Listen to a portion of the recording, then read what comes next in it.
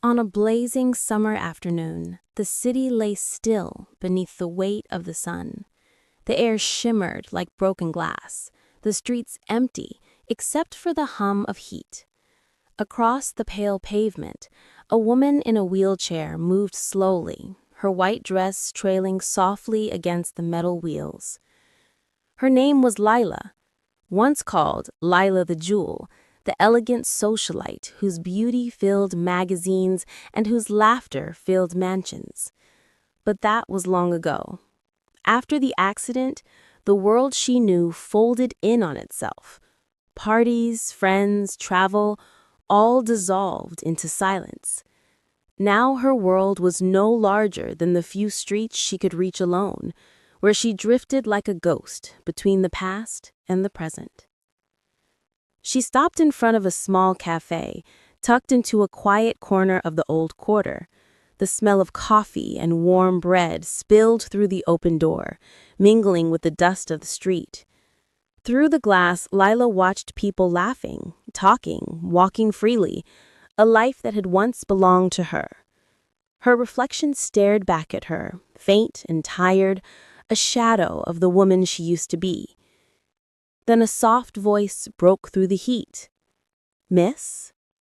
She turned. A boy stood barefoot nearby, his skin darkened by the sun, holding an empty paper cup in his hand. His eyes, wide and bright, seemed to carry more light than the street itself. "Miss," he said again, quietly, "may I have what's left of your food?" Lila looked at him for a long moment.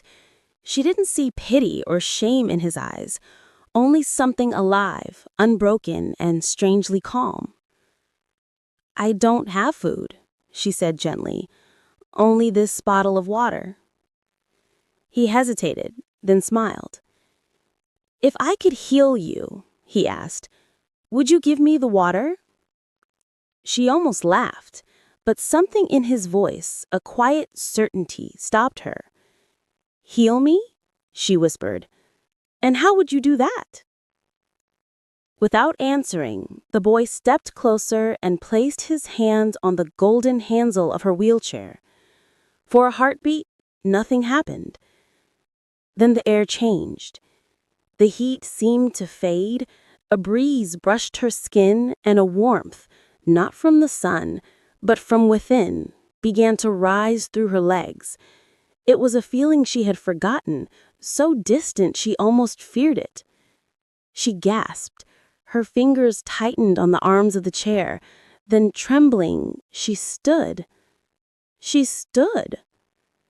The cafe door flew open, and people rushed out, whispering her name in disbelief. Lila the Jewel, walking again. But she heard nothing. Her eyes were fixed on the boy who now smiled quietly, as if he had simply returned something that was never his to keep. He took the bottle of water, drank a small sip, and turned away. "Wait," she called out, breaking. "What's your name?"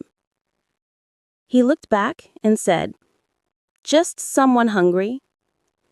Then he vanished into the alley, swallowed by the city's golden haze. That evening, Lila did not go home to her mansion. She followed a trail of whispers to the riverbank, where she found a woman washing clothes in the muddy water. Her hands were raw, her face lined with exhaustion. Two small children played nearby. "Do you have a son? A boy who walks the streets?" She froze, startled. "Yes," she said. "His name is Saeed. Why? Did something happen to him?" Lila smiled and handed her a bag full of food and an envelope heavy with money. "Nothing happened to him," she said. "But because of him, something happened to me. Your son gave me back my life." The woman fell to her knees, weeping with gratitude, but Lila lifted her gently. "Please," she whispered, "don't kneel. Your son lifted me from the ground. Let me lift you too." From that day on, the city began to change. Lila sold her mansion and founded a small charity for poor mothers and children who lived on the streets.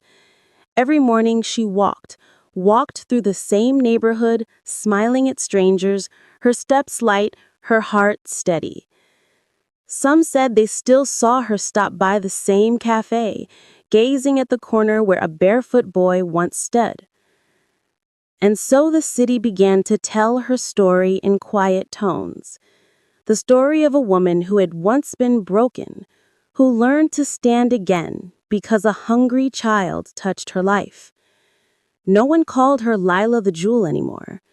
They simply called her the woman who stood and never sat down again.